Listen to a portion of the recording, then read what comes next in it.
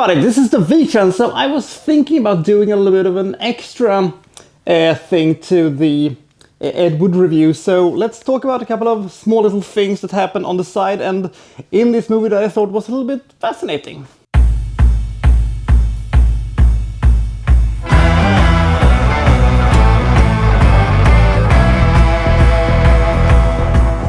Dolores Loretta King and Ed Wood.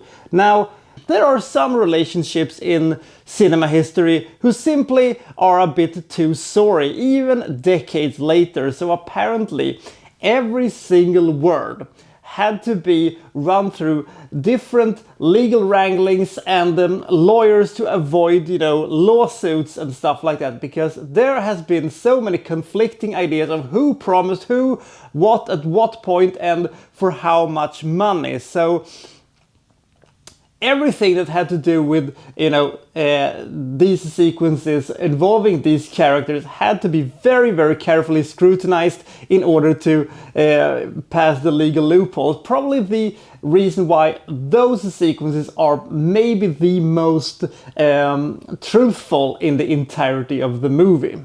Tim Burton and Johnny Depp does not like being depressed and sad.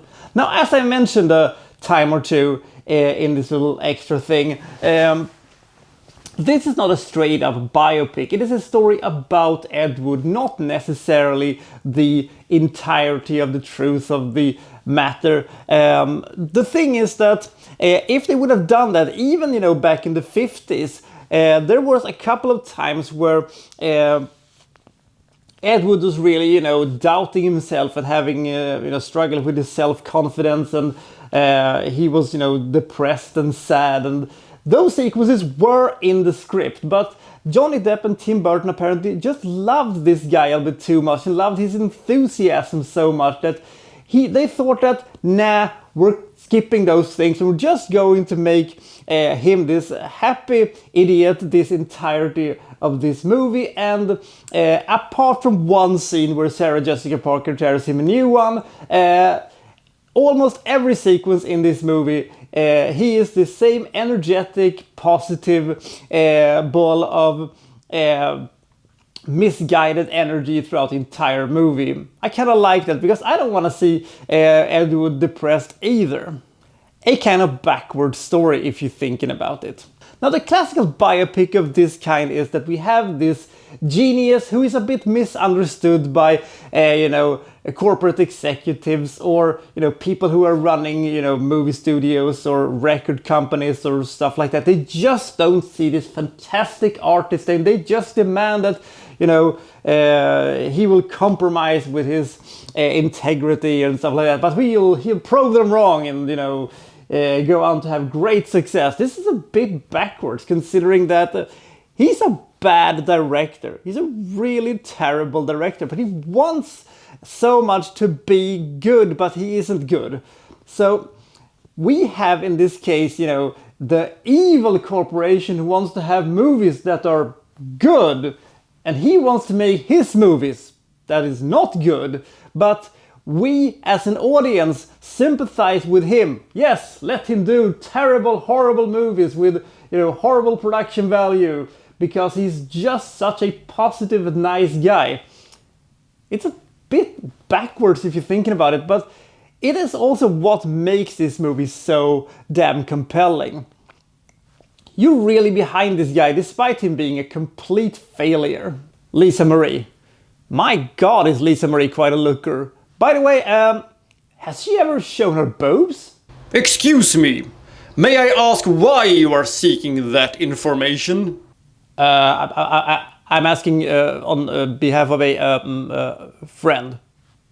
Moving on, how we actually got here. Now, this was not a passion project from the beginning from Tim Burton, but this was the brainchild of two script writers who had been very disappointed because how the recent movie turned out. They wrote a movie called Problem Child, who then apparently was butchered by the studio, and they met in their turn with a another bunch of writers who had their recent movie Hudson Hawk savagely murdered, not by the studio necessarily, but by the critics and most of the people who went and saw it. So these group of slightly dodgy writers then ran into one Tim Burton, who apparently at this point was gearing up not to do a sequel to Batman, but to do the movie about Mary Riley. Now, Mary Riley, I think, was going to be the same Mary Riley that was released later with Julia Roberts.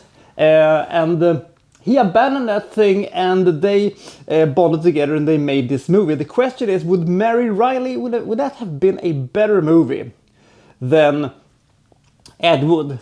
My guess is no, simply because that would not have been a Tim Burton movie. It would more have been a Julia Roberts movie, despite the fact that at this point in her career, Julia Roberts was not in the best of places. She had fallen pretty far from her, epic star in Pretty Woman, and was at this point at one of her all-time lows when it came to her place in Hollywood. But I think it was the better movie we got out of this thing. So that's how that movie got made. Why this movie was in black and white. It was not apparently because of some artistic reason or budgetary reason or anything like that. The reason was pretty simple and a bit strange, but maybe one of the more justifiable I have heard, because apparently Martin Landau's makeup was the reason.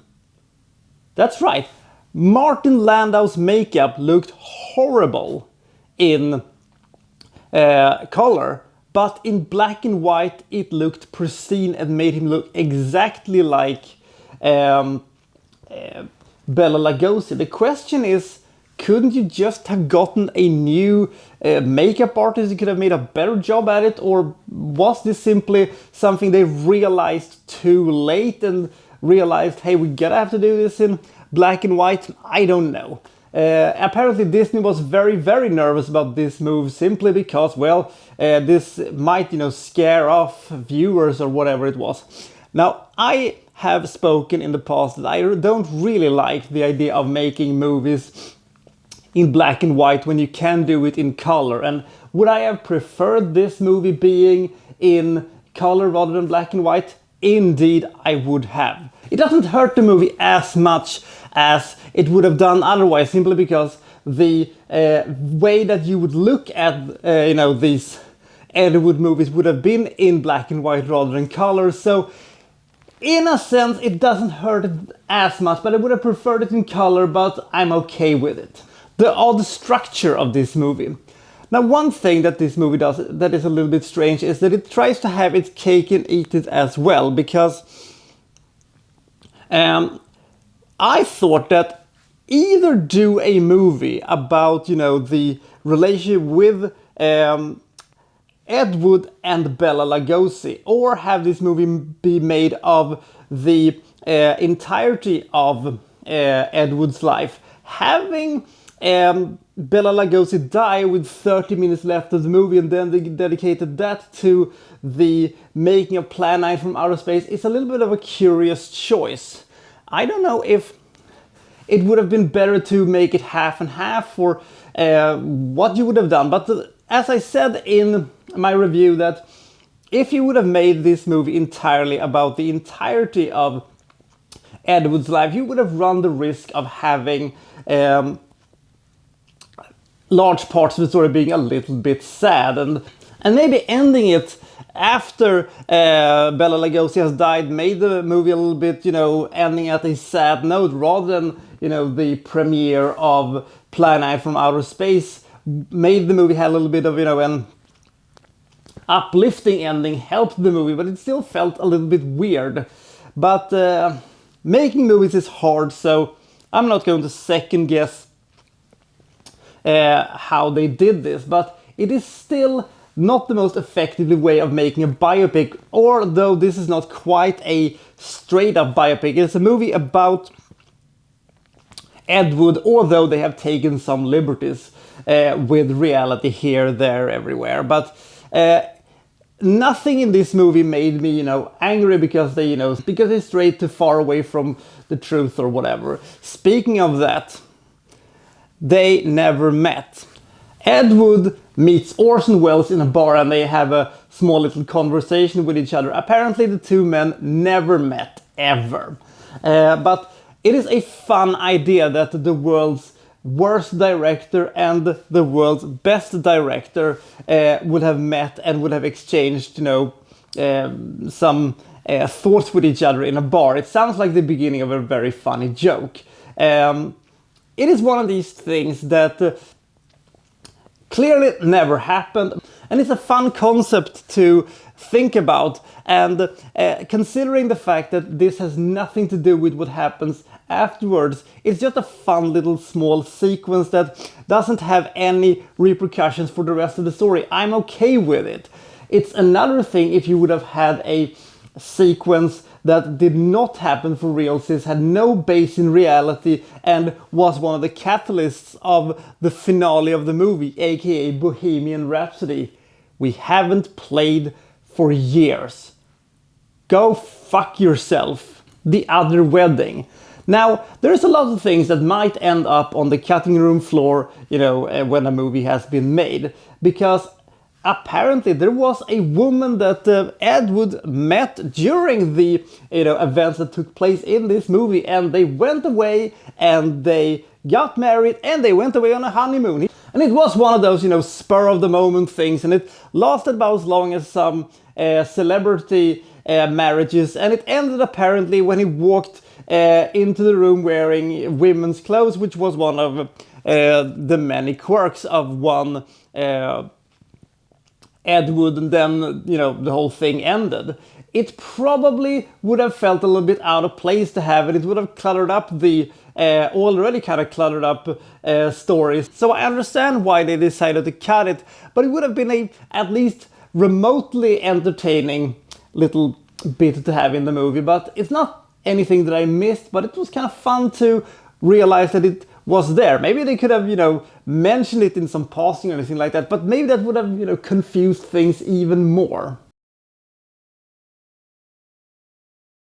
So what do you think is the most fascinating aspect of the movie Ed Wood? Comment below and I'll see you next time from Well So and So reviewing, well, such and such. Thank you for watching. Thank you very much.